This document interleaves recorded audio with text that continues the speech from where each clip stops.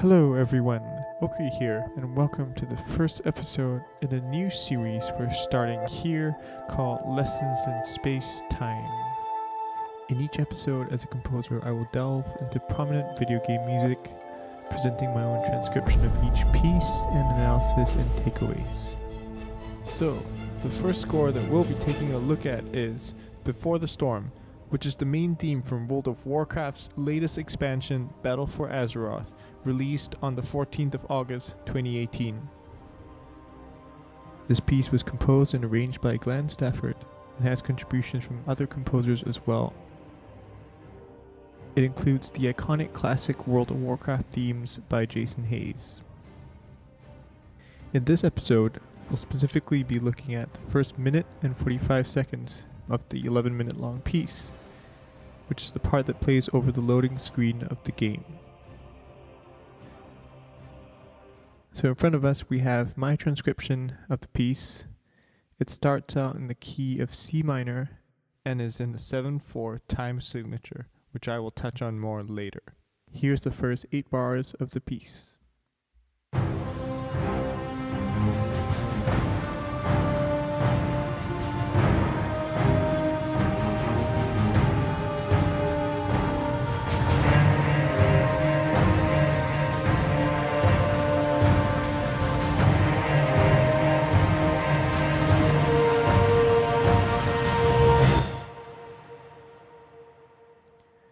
So the intro starts in 7/4, which is significant to me because not many pieces of music today utilize what we call odd meters.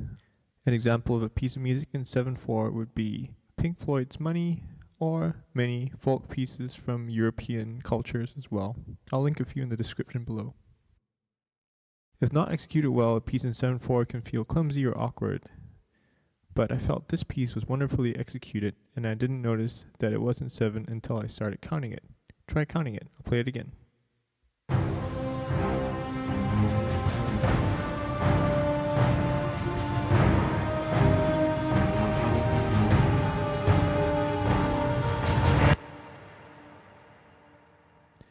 Also, from a larger perspective, the opening sequence's familiar melody is from the iconic Jason Hayes World of Warcraft theme, which has always been in 7/4. So kudos to WoW for always keeping it interesting and fresh even back then. Alright, so in terms of instrumentation, the opening is pretty full. You have horns, choir, percussion, and strings from the get-go. You can see I have it all here, and those are always a good combination.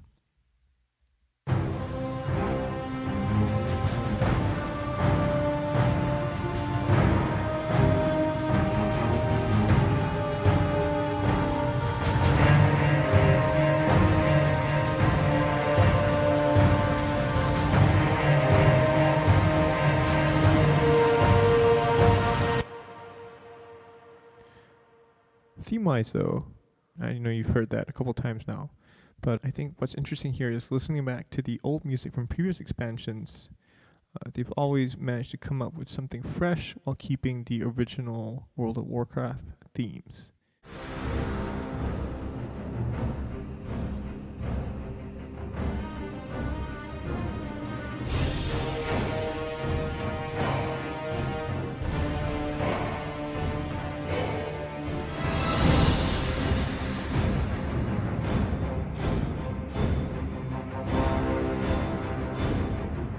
So here's some isolated themes they've kept from before in this opening piece.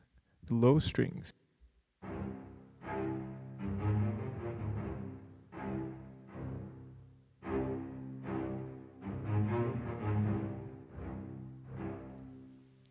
So that is in many of the World of Warcraft opening music sequences.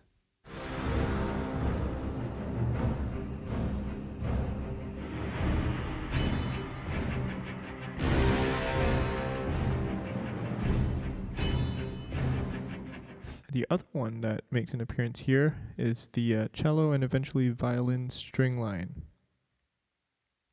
This line right here.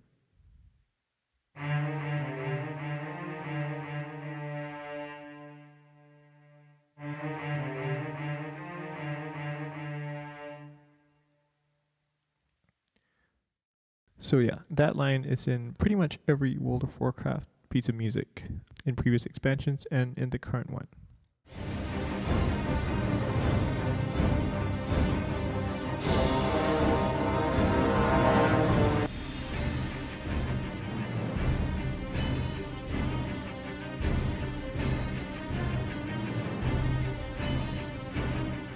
So something else I thought was interesting is in the low strings, the repeated line that you hear is actually called an ostinato.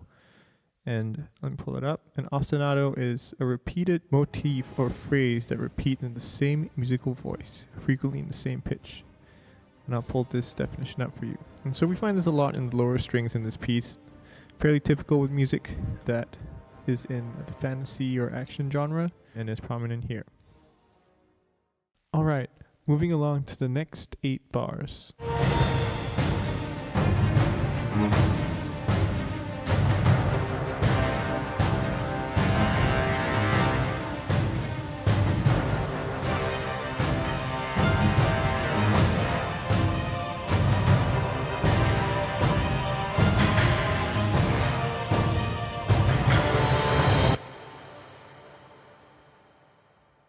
Alright, so in this new section of the piece, which is fairly similar to the previous section, the motif or the theme from the lower strings has moved up to the violins, which again, as I've mentioned earlier, is one of the themes that is present in all of the World of Warcraft scores.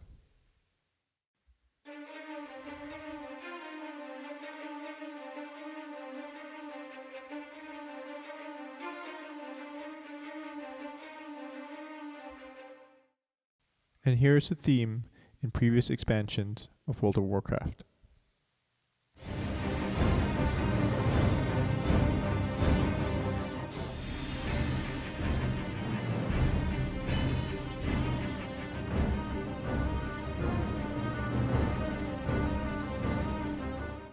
So that's one thing to note about this section.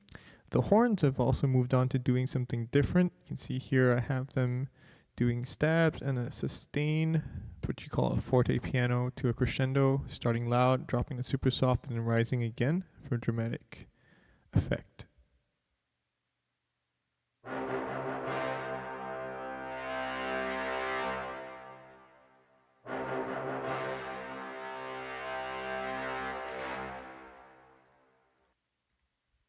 The last thing I like about this part is actually a really small thing. It's the cymbal right here that plays, and I'll play that for you right now.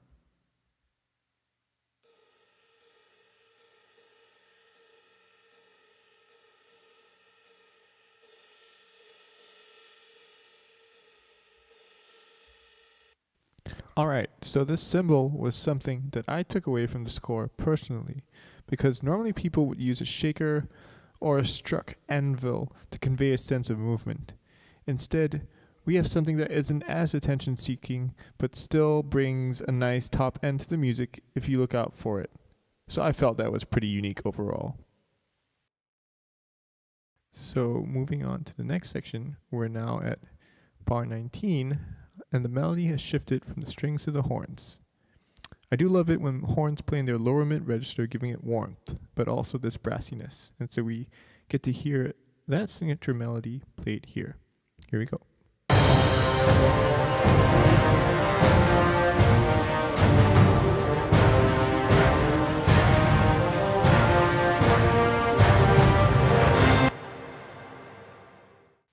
Pretty cool. In bar 23, where we are now, we hear more instruments join in with the same melody, trumpets, high strings, and choir join in to give it a fuller sound and some air.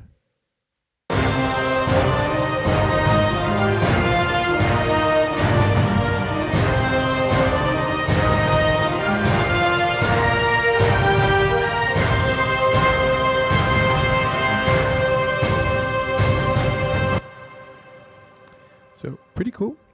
Bar 29, where we are now, we reach a complete new section of the piece. And I joke that you're unlikely to hear this part if you do play the game, because you've probably logged in already. But this part, I think, is more interesting, and I'll play it for you. Here we go.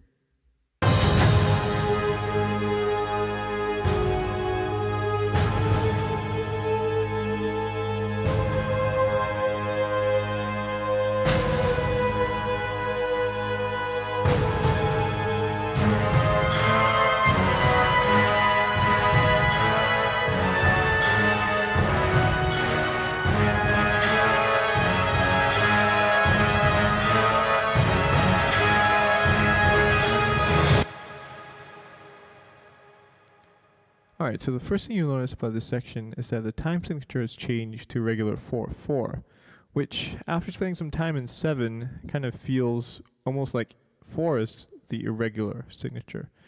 But in actual fact, you might not even feel it because there are many things going on. The first half of this section involves what we call a pedal point. Again, another definition will pop up here. In music, a pedal point is a sustained tone, typically in the bass, during which at least one dissonant harmony is sounded in other parts. So the first 10 bars of this section have an A flat being played in the low instruments.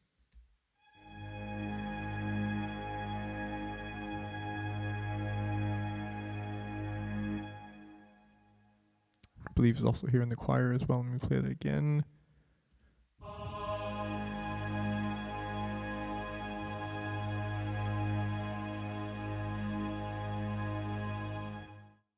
I know there are some high strings in there, but yeah, you can hear that it is a static note in both the low strings and choir. With the notes on top, the chords are changing actually between an A flat major and an A flat minor, kind of a light and darkness thing. And extrapolating this to the bigger picture, this part can be taken to symbolize the game currently, which is focused on good versus bad, dark versus light, that kind of thing.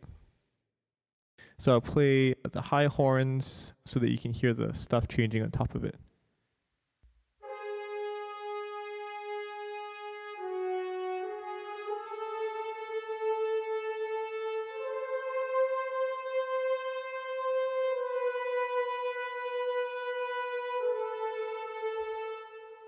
So I know there's a couple of different notes, but for the most part it's implying a major and minor. It'll make more sense when you hear it with the lower notes. Let me play that again together.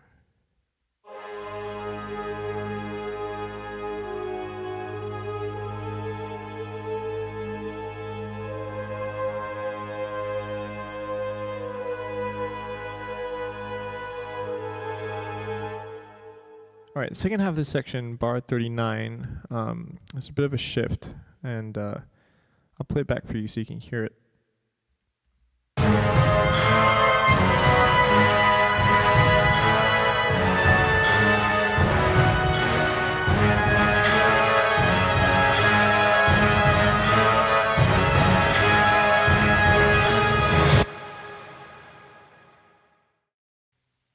Alright, so in this section, the bass starts to move in short notes, and it actually indicates not so much an A flat major or minor, but if you're familiar with modes, more of a Phrygian mode in the bass. The bass moves from A flat to an A natural, then a G flat, and back to A flat again. So I'll scroll to the bass track and let you hear it.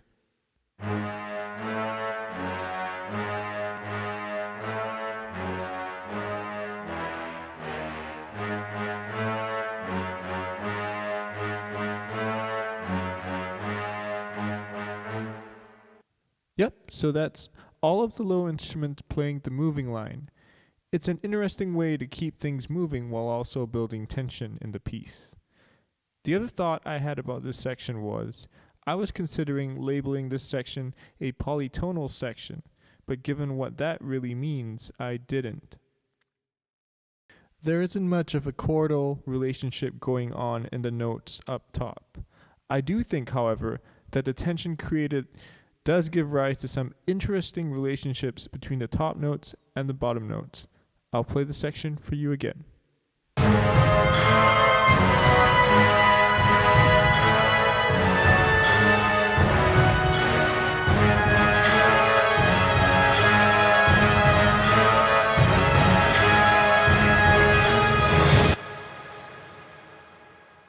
Finally, we get to the last section of today's video. This section is short, but it's also the part where the piece accelerates and prepares us for the next section. So I'll play this for you and talk about it after.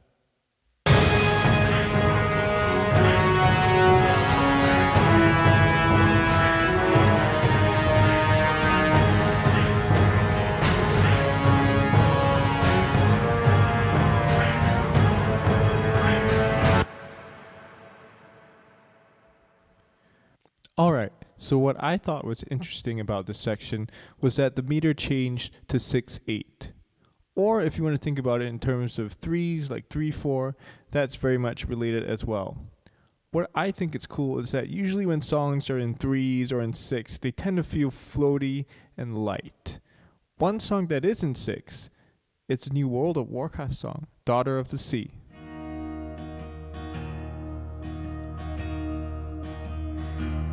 Those blood-soaked shores of Kalimdor, where sailors fought and died. On the other hand, this section feels very forward and aggressive. And I think this is thanks in part to the string ostinatos and the low percussion. I'll solo some of the sections for you to hear. Check it out.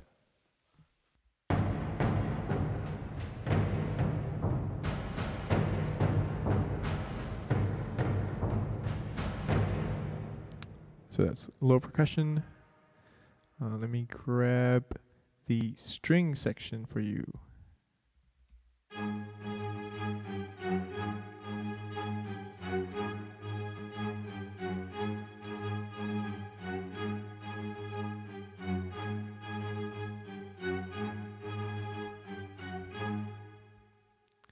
So as we talked about earlier, there's a lot of that ostinato action, repeated motifs, kind of over a shifting bass line. So I'll play the whole part again for you.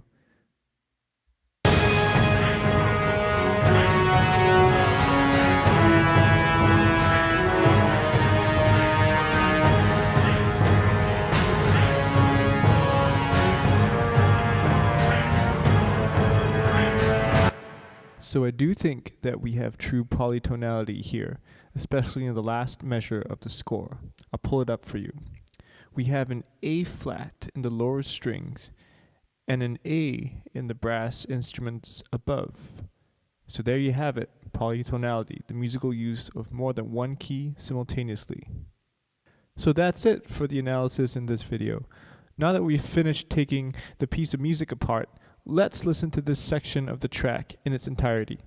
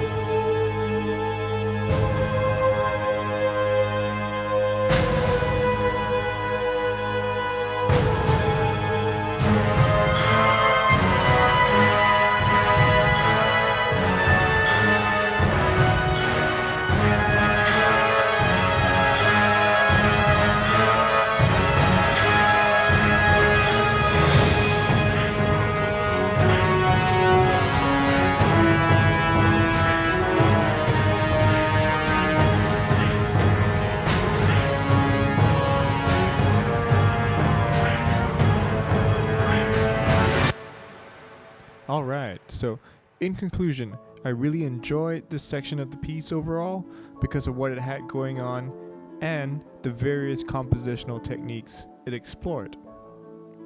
I think this is significant because every World of Warcraft expansion is derivative, and likewise the music is as well. As a result of that, the composers have to work with old material constantly and find new ways to keep it fresh, which I think they did. So, I would rate this section a solid 4 out of 5 stars. I actually liked this one more than some of the older load screens that you heard in this video. What did you think about this part of the piece? Leave your thoughts in the comments below and throw me a like if you like this video so that I'll know to make more. Thank you so much, and I'll see you in the next one.